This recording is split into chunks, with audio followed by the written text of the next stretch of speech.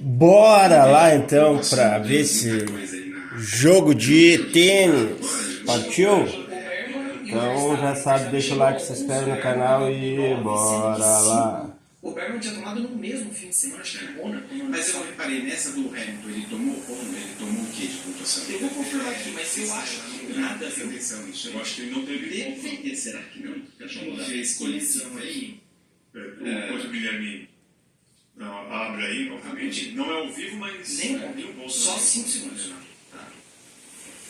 Porque eu acho que tem uma questão da regra, né? Porque talvez o espírito da regra, muitas vezes não se. Eu já fui contestado aqui quando eu falei de nome do espírito da regra. Mas talvez o espírito da regra, dessa questão da pontuação, é pegar aquele piloto que significa, que é sinônimo de encrenca, exato. Sempre bater, exatamente. Só que eu acho que tem circunstâncias. O próprio Leclerc, você falou, ele deveria ser punido, deveria. Fez de propósito? Não fez. Você vê pela própria cara dele na hora no final, na salinha lá que mostra, ele faz uma cara assim, caramba, ele não sabe o que ele fez aqui. Né? Porque o normal ele tá do lado, ele deixa espaço, começa a olhar lá para frente na curva tangência e você leva o carro um pouquinho para cá, meio sem perceber. Então, assim, ele não fez de propósito. Ele quis deixar o limite. Na cara dele, a hora que ele viu, ele falou, deixa espaço. Porque eu tenho certeza, o Leclerc é um cara que reclama. Se o Piastri faz aquilo nele, ele ia reclamar 2 voltas seguidas, que tomou um fechadão lá, entendeu? Então, assim, ele não fez de propósito, só que ele fez. Tinha que ter tomado 5 segundos. Perfeito. Vamos virar a página agora, está muito legal aqui, mais uma aula, né, que a gente estava presenciando. Gabriel Bortoleto, mais um grande resultado para ele, que você tinha falado, né, a vingança do Brasil contra a Alemanha. A vingança do Brasil contra a Alemanha, do 7-1 em 2014 para o 10-0 até agora em 2026. Vamos aproveitar esse momento, que a gente nunca sabe quando vai continuar, tem que aproveitar os bons. Dá para imaginar, assim, a diferença de pontuação no campeonato significa que, em matéria de desempenho, Gabriel versus Hulk, é proporcional? Ou é como foi ano passado? Porque o Hulk basicamente pontuou muito, né, especialmente depois da sua conquista do pódio. O Gabriel também estava tentando fazer seus primeiros pontos. E a gente via que no ritmo ali, uma competição quase que empatada nos quales, a diferença de ritmo e tal. Agora, mudou a coisa esse ano.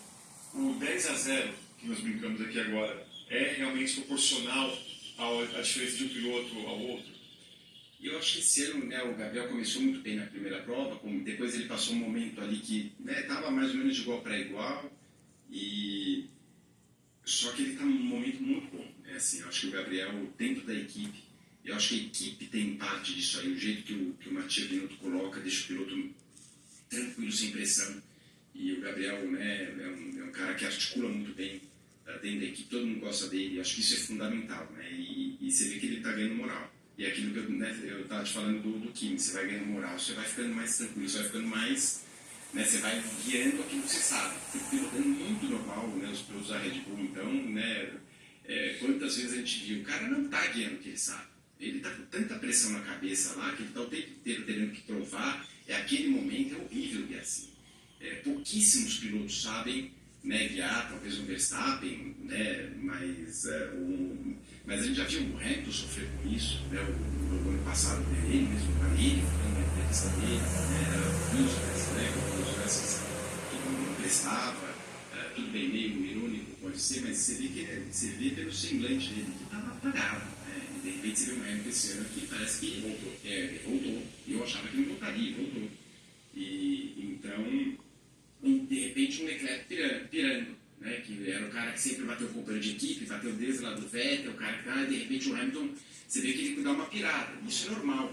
Então acho que o Gabriel, voltando pro Gabriel, ele acho que está nesse momento bom dele, que ele precisa aproveitar, e o que é mais bacana é ver do jeito que ele está levando a classificação na frente e o ritmo de corrida, porque o Hulk tinha antes esse ritmo de corrida dessa prova, ele levou a vantagem no safety car, não era para chegar na frente do Racing Bulls, pelo menos do Lindler, né, que estava mais rápido, mas depois ficou um espaço ali para trás de 20 e poucos segundos, né? Então, quer dizer, a gente teve um ritmo muito forte de corrida e precisa lembrar, né, administrar pneu, a prova mais complicado, né, porque precisa saber lidar com o pneu, e o Gabriel vem fazendo muito bem, tanto que eu não duvido duvido que um Carlos Sainz aí apareça na equipe no ano que vem, não. Você acha que é? Porque também o Hulk, né, na verdade, ele vem também, da mesma forma que a gente fala das quebras, para nossa sorte, né, os problemas mecânicos ali do carro da Audi estão muito mais voltados ao Hulk do que o programa Toledo. Sim. Você acha que mesmo assim a Audi pode abrir uma brecha aí para vocês? Assim, vendo todo mundo tem esse perfil, né,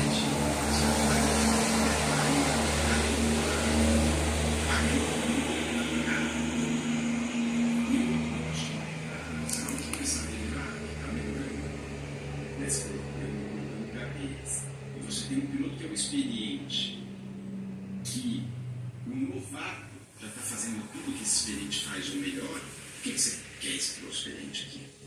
Vamos pegar um experiente que deveria estar aqui. E que o Gabriel é bom, porque vai levando o Gabriel para cima. Né? E o Sainz é um cara que era para ter assinado antes do grupo. Ele primeiro foi chamado para isso, aí ele não quis. Preferiu ir para Williams, porque todo mundo imaginava que a Audi ia sofrer muito esse ano, por ser tudo novo. Foi super até correta a decisão no momento do Sainz, foi para um Williams que prometia muito. E deu um tiro na água, né? Então, eu não duvido que está tendo essa conversa. Vai rolar, não sei, mas eu não ficaria surpreso, não. E é o mesmo Mattia Binotto que, vamos lembrar, era chefe da Ferrari quando, no início de 2020, antes do início do campeonato, demite o Vettel para trazer o Sainz. Exatamente, é isso aí. Bem-vindo aí, mais alto é ter mais de 90 destinos no Brasil e no mundo para escolher. No Magalu tem ofertas imperdíveis para sua casa, para o seu carro, para juntar a galera e muito mais. Você pode parcelar no cartão Luiz ou no carnê e tem sempre um vendedor para te ajudar. Compre na loja. Saldão de aniversário da Madeira Madeira. Até 50% de desconto. Cupons exclusivos na loja física. A Casa Brasileira em Festa. Visite a loja física mais próxima. Basicamente decreta o fim da carreira. E tinha começado a pandemia, quando o Vettel foi demitido da Ferrari. Bem que o Vettel foi para a Aston Martin, mas basicamente ali Já é. Não, sim. o Vettel, né? E o Vettel não é nenhum piloto ruim. Agora, você falou do Hamilton ano passado, você consegue imaginar ele indo nessa toada, não brigando pela liderança, ou talvez brigando até pela liderança, mantendo essa P2 até o fim do campeonato? Imaginar Hamilton vice-campeão do mundo esse ano aqui, você consegue imaginar? Eu consigo, facilmente. Eu acho que o Hamilton mudou demais. Se você fosse falar o ano passado, eu falei, esquece. Infelizmente, estava torcendo para que não. Sim. Mas, de repente, tipo o Vettel, vai desanimado pelas declarações. No momento lá, parecia que ele ia jogar a toalha no meio do campeonato ali. Só que aquilo lá, casou o jeito de guiar, mudou, né? Muda o jeito, voltou a vir aquele fogo lá. Aí o cara é igual ao Alonso, a gente cansou de ver isso com o Alonso, né? Quando o carro tá ruim, ele pia, faz multinacionais, o cara começaram lá atrás, era os caras do W, que a gente teve que. Ele bateu em todo mundo lá, nossa, era uma encrenca. Você vê que era um cara que tava lá, nem aí. Mas de repente o carro bom aparece, ele volta e aparece o cara de verdade, né? Então acho que tem muito a ver com cabeça e o Hamilton tá num momento muito bom e vem andando muito bem. Então acho que pode ser sim. Vamos ver agora. Tem aí uma diferença grande quando a equipe Antonelli.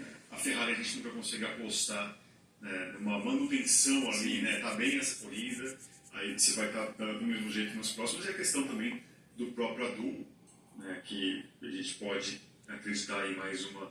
Agora, depois do GP da Hungria, que vai ter ali um espaço de medição ali novamente. O que você acha, Felipe, dessa questão do Adul? E você tem um olhar muito específico, né? Dá para imaginar realmente que a Red Bull tinha efetivamente um motor de referência? Então, mais que seja só uma parte da unidade de potência, mas... Eu acho que assim, primeiro eles mediram de uma forma meio errada, né? E não é fácil falar agora, né? Isso por que foi medido assim? Porque, né, teoricamente, o que eles pensam? O motor elétrico é motor elétrico. Não tem... Ele tem 500, é o mesmo para todo mundo, a mesma potência, é fácil de medir, né, o motor elétrico. O motor a combustão é mais complexo, dá muita diferença, como a gente sabe, né? Tem todo o interesse solar. Vamos fazer esse adulto mas a FIA nunca divulgou como que eles medem, né, esse lance do, por exemplo, nos carros da WEC, é um toquímetro no semi-eixo ali, que você vê lá, você pega o quanto tem de potência no chão. Então, tá lá a potência, é o conjunto que vem. Então, você põe motor V8, motor V6 turbo, motor híbrido, você tem que seguir um tanto lá de torque, de curva de torque, tudo, e eles fazem a equalização assim, da Fórmula 1 eles não fazem dessa forma. Então, para você, né, só que daí aquele lance é legal, sim, mas o grande lance é que esse adubo no fundo, ele veio para quê? Para ajudar a Audi, para ajudar uma Honda, talvez, que estava entrando com, que não é a Honda, que não precisaria, mas agora está precisando, mas talvez uma Red Bull com motor novo, que talvez ia estar lá para trás. Não era para ganhar, não era para fazer o segundo no primeiro, e né, eles estavam pensando numa coisa, ó, vamos fazer 2% aqui, mas se estiver muito lá para trás, a gente dá, né, bastante evolução para os caras chegarem. Só que enquanto tem meia dúzia de engenheiros da FIA pensando em fazer o regulamento, você tem centenas por equipe vendo como que a gente vai usar esse regulamento para tirar o nosso favor. Então é normal. Então, por exemplo, o que a Mercedes está fazendo agora, quando foi falado que eles têm um motor pior, eles já poderiam ter soltado a versão deles melhor agora. Só que eles soltam de propósito, porque eles seguram a Red Bull. Então a Red Bull está presa, a Red Bull não pode fazer nada. Enquanto a FIA ficar falando que a Red Bull é melhor, é só a Mercedes não colocar o melhor, porque se ela coloca o melhor motor, aí ela está dando a chance da Red Bull para eles. Se ela não coloca, ela vai deixar até um momento estratégico do campeonato falar, agora eu venho com. E ela não coloca o dela e ela está cada vez trabalhando, está parada. Ela já tem um motorzinho um pouquinho melhor. Se ela esperar um pouquinho mais, ela tem direito a chegar um ano, dois. Nesse momento é uma Ferrari 2. Então, assim, a Mercedes está fazendo um jogo de falar, a gente está bem no campeonato, por que eu vou mostrar um motor melhor aqui para daqui a pouco, né, dar a possibilidade para os outros melhorarem. Então tem um jogo que não era o que eles pensavam. Eles pensavam em ajudar os caras lá de baixo, né? Então, mas aquele lance, daqui a pouco vão mudar e eu acho que isso é muito interessante para você ajudar o cara que está fora lá para baixo, para você evitar da montadora falar, gastando um monte de dinheiro e vamos lá, isso aqui. Então desse jeito, e daí outro jeito, né, que eu ia falar só para completar, que eles viram motor elétrico e locomoção, só que o que está fazendo a diferença é a bateria. É o software da bateria, no fundo, não é nem a bateria, né? Porque a bateria, tudo bem, você pode trabalhar com diversos tipos de bateria e obedecendo, né, a regra, mas o jeito que você aplica, estão usando inteligência artificial, o carro aprende por volta, o cara, é isso que está fazendo a diferença da Mercedes. E só que, né, aí você não pega no regulamento. E dá para esperar que a Ferrari também vai entrar nesse jogo, né? Porque como tem dois, lançam um pato para a Mercedes, as duas seguram para pressionar a Red Bull ali. Isso aí. A choradeira que é sempre, às vezes você fala mesmo Gabriel, meu motor não anda, meu motor não sei o que, está muito ruim. Isso aí tem um lado que também é estipulado dentro da equipe, ó, vamos jogar aí a Ferrari logo de cara, vamos ver, agora vamos esperar sair, porque daí a gente está muito para baixo. Isso é um jogo. Né, eles estão jogando com. Né, e ainda mais porque eles não sabiam, né, ninguém não é divulgado como a FIA mede, isso não é um número, ó, tá vendo? Ó, é aqui, mesmo porque velocidade reta não significa muita coisa. Né? A Williams, quantos anos usava o motor da Mercedes o mesmo, e era muito mais rápido de reta, por quê? Não conseguia ter a pressão aerodinâmica, e aquilo até atrapalhava eles, né? Porque ser rápido de reta, você não tem a pressão aerodinâmica. Então tem um jogo aí por detrás grande, né? Como sempre teve. Se não me engano, a velocidade de reta, a maior velocidade de reta da história da Fórmula 1 era o Bottas em Baku. Eu lembro do Bottas em Baku, eu só não lembro de Williams. Acho que era o Williams. A Williams sempre foi famosa por isso. Eu lembro na época do Massa, ainda andava muito de reta. Mas era assim, andava, mas daí chegava nas curvas de alta, não ia também. Não, com certeza. Mudando um pouquinho de assunto agora, virando mais uma página, mas voltando ao automobilismo brasileiro, Rafa Câmara, Felipe, você acha essa situação, né, da própria Haas, que não deve funcionar como Esteban Ocon, isso não deve ainda, né, no condicional, porque se você for falar com eles lá, se for falar com o Komatsu, ele vai falar super bem, tá tudo certo, aqui tá tudo bem, né? Mas você imagina que o Rafa possa ir já em 2027 para a Haas, como titular, como reserva?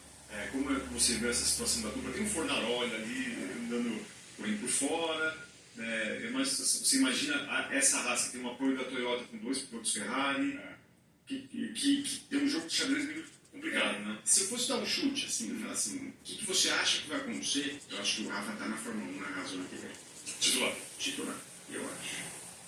Por alguns motivos aí, primeiro está ganhando muito rápido. Então, lembra que equipe gosta de piloto rápido. Depois, se o cara bate muito, se o cara erra na corrida, se o cara... É uma outra parte. Porque, de novo, não comparando o Senna, mas o Senna era o que lhe chamava muito a atenção, que era a velocidade. Você põe lá fazer diferença no carro. E o Rafa na Fórmula 2 vem fazendo isso na classificação. O cara que vem desde a Fórmula 3 é rápido, 4 poles. É o único cara, quem tem mais pole do que... Quem tem... depois puderem dar uma procurada aí na Fórmula 2, ele tem 4... O Tsolov, se não me engano, tem uma. Todos os outros têm uma, né? E nenhuma é do Tsolov, é o pegando o Ridículo, o Marini, o Van Hoff e o Leão. Então, assim, ele tem um estilo que chama atenção, né? Que é tirar tudo do carro e, assim, e às vezes umas poles meio... Mônaco, o carro quebrou, bateu, daí vai lá e faz a pole. Então, eu acho que isso chama muita atenção. Então, lógico que vai depender. Mas daí errou um monte. Errou no Canadá, errou depois até em Mônaco, errou. Só que aquele negócio errou, mas é melhor você ter um cara rápido pra caramba que erre, depois você vai lá e dá uma lapidada. Lembrando que o errar em corrida também tem muitas circunstâncias, né? Às vezes tem... o Tsilov é um cara que é muito agressivo, só que vem dando certo. Porque a hora que der uma maré errada ali, ele vai começar a bater uma atrás da outra, que ele faz umas ultrapassagens que é bonito de ver, um cara muito bom e agressivo. Só que precisa tomar cuidado que isso aí tem data marcada, né? Assim, isso aí, uma hora começa a dar ruim, né? Então, e não estou falando que ele vai ganhar o campeonato da Fórmula 2, pode ser que ganhe ou não, mas eu estou falando que eu acho que ele é um cara que, obviamente, na Fórmula 1, acredito que quando ele andar e já andou, não tem informação, mas vai dar bem, porque ele tem esse estilo. Então, assim, vejo que tem uma possibilidade de uma ajuda de patrocínio do Brasil também, que já está com ele. Então, acho que ele tem uma caixinha meio perfeita ali, né? O Gabriel, ele tinha um estilo completamente diferente. Assim, é um cara que ganhou no primeiro ano 3 e 2, que era um espetáculo, que era dificílimo, mas sem uma característica do Rafael, são características diferentes. Mas então o Rafa é melhor que o Bortolino. Não nisso. São estilos completamente diferentes. Um está mais voltado para a velocidade e às vezes assim, o cara que, o que surpreende do Gabriel é que ele é dedicado, ele tem isso, ele vai aprendendo. Esse cara foi muito bom. Assim, porque o cara que é lógico, o supra-sumo é aquele cara que tem essa velocidade do cara. E aí tem toda essa dedicação lá, e aí é o Senna. Aí você pega esses caras completamente fora da curva. Mas eu acho que tem grande chance de a gente ver 2 brasileiros ano que vem. Tomara. Vai ser muito legal. De novo, não tem informação privilegiada, não tem nada. É um chute. Já errei, já acertei bastante. Mas são argumentos que eu acho que vão ser levados em consideração.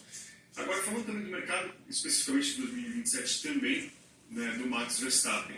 Você acha que a situação que a Red Bull se encontra e também a própria Red Bull se incomodando também com algumas posturas do Verstappen em relação a garantir que vai dar ano que vem? A gente sabe também que os empresários, né, o Yoso também estão meio que conversando com todo mundo. Estamos aqui, gente que quiser, é só chegar. O que você acha que vai dar isso? Eu acho que o Verstappen, assim, a gente está vendo um movimento, aquela Red Bull que era do passado, que era a parte forte do Verstappen, acabou. Porque desde que o dono morreu, o Helmut Marko, que era um cara que para mim só fez mal para a Red Bull, escolher o piloto, só atrapalhou a vida da Red Bull, mas era o cara do Max, também, que também não tá. Aí saiu o engenheiro, aí agora saiu o engenheiro dele de corrida, saiu o Daniel lá atrás, saiu o engenheiro dele de corrida, quer dizer, se mantelou, a equipe não é mais a mesma.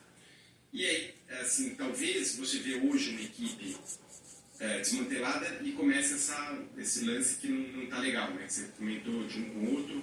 A única alternativa que eu acho de ele sair, porque para onde ele teria para ir? Para a McLaren. Né? Só que daí, a McLaren com desempenho agora não vale a pena. A McLaren e com a Mercedes Mercedes atual, e será que né, a Mercedes agora está entregando de fato mesmo o motor para todo mundo? Eu até acho que o motor a combustão está, mas na parte de software de bateria não, porque ela não é obrigada e para mim eles estão muito à frente aí. E será que o Verstappen vai com uma McLaren que não tem motor Mercedes e depois tudo que a Mercedes já apanhou no passado né, da McLaren, será que eles vão dar essa, né, você pega todas as histórias que tem motor da Ferrari e coloca a Ferrari não deixa sempre Não, a vitória é só a história. então a vitória, a Mercedes é talvez a mais justa de todas ali, né? Mas eu vejo só um Max talvez indo para uma McLaren se tiver uma troca, talvez. Tipo, azedou, o clima tá ruim, não tá legal, e o Piastri também não tá bom aqui, de repente eles podem fazer uma Zac Brown precisa resolver um problema interno ali, agora vou trazer para conversar. É lógico, se ele quiser ir, de repente ele vai, de qualquer forma, mas de repente eu acho que é muito mais esse lado de azedou mesmo dentro da equipe, que chega às vezes acontece, né? Tipo, não tem mais clima.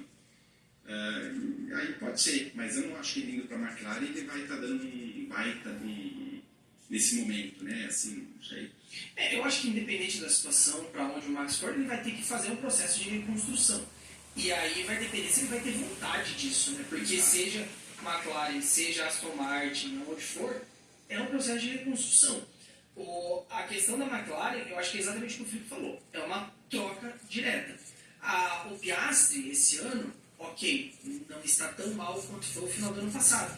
Mas você percebe claramente ainda tem alguma coisa ali. O Piastri não voltou daquele fundo do poço do ano passado. Não empolga mais como o Piastri empolgava no início de 2025.